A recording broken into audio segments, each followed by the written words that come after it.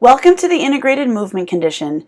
My name is Erin Vancelette, and the purpose of this explainer presentation is to introduce you to a metabolic measure that can let you know how your nutrition is really working for you.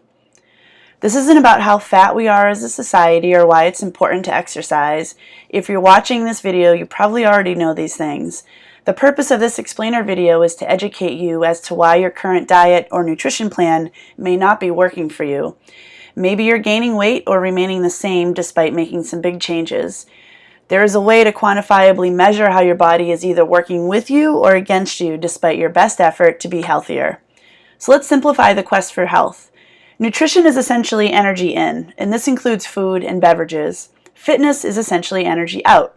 Fitness is energy expended above and beyond our daily caloric requirements to just be alive. Health is essentially the byproduct of our nutrition and fitness. If both nutrition and fitness are in balance, we are healthy. You really need to believe that your health is controllable. Even if you or your parents have had heart problems and your knee or your shoulder still hasn't healed since your last physical therapy appointment years ago, the foods you choose to eat, your level of fitness, the amount of sleep you get each night, your body fat percentage, and how you manage stress are all controllable. And all of these things contribute to your metabolic function. Having good metabolic function, or rather a good metabolism, means your body can use the nutrition it consumes to function properly without creating excess fat stores. When you respect the controllable factors, you can minimize damage from the uncontrollable factors, such as genetics and disease. When you don't manage the controllable factors, you will probably have more pain, you'll have more cognition problems, inconsistency for your brain to complete higher level thinking, you'll be more prone to depression, likely to get injured and stay injured, you'll be tired and sick more often, and your mood will generally just suck. So testing your metabolic function can be the start to understanding what changes you can make for the long term. And one way to measure your metabolic function is to identify the way your body uses glucose. Too much sugar or too much glucose contributes to excess fat stores. It slows your metabolism and messes up your hormonal balance. Too much sugar makes you unhealthy. Glucose, it's a sugar that is supposed to be used for energy. Insulin is a hormone made by the pancreas to help your body manage incoming and stored glucose to be used by things like your organs, immune function, and energy. When there's too much sugar, like in our typical American diet of simple carbohydrates like bagels, cookies, soda, processed vegetarian and non-vegetarian foods, we need to create more insulin to help with sugar management. Our pancreas then needs to create high levels of insulin to keep blood sugar from spiraling out of control. This makes our cells less apt to utilize the insulin at all, creating an excess of unused insulin and unused sugars, which turn into fat. You'll feel exhausted all the time and start craving the trouble-causing carbohydrate-heavy foods for fast energy.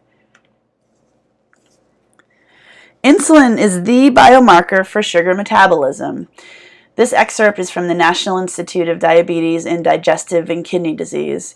Insulin sensitivity is a recognized biomarker for type 2 diabetes. Insulin tells the body's tissues to move glucose out of the blood and into the muscle and tissues, where it is used as energy or stored. When we are young and metabolically very healthy, our tissues respond very quickly to insulin. But over time, as we age and our bodies repeatedly respond to rapid and high levels of glucose, the tissues can become less sensitive to insulin and respond less quickly to transporting glucose. When this happens, the glucose stays in the blood longer and the pancreas produces more insulin until glucose levels fall. With enough insulin, blood sugar levels return to normal. We don't feel differently, but increased insulin is the start of the decline of glycemic health. It may be 10 or 15 years before we discover that we've been losing insulin sensitivity. If someone has a higher genetic predisposition, it could happen much faster. As insulin levels rise and prediabetes develops, the pancreas may eventually stop producing enough insulin to effectively control the glucose levels in the blood.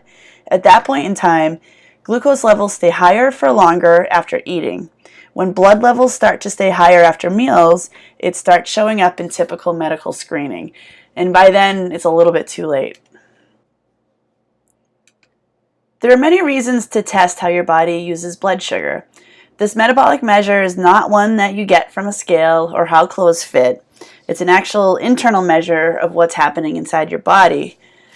And this can help solve the problem of why a diet stopped working and why you ended up gaining weight even despite your best effort. It can also help you determine if what you're doing today is going to create problems for you later on. There really is no way to check how your metabolism is actually working by looking at your scale or determining your fat stores or your BMI. You need to dig deeper to figure out how effective your body is at managing glucose before it's too late. Brio Systems has created a super simple tool for measuring your metabolic function. You test it monthly to be sure you're on the right path, and then work with a professional to manage nutrition and fitness programming that works best for you.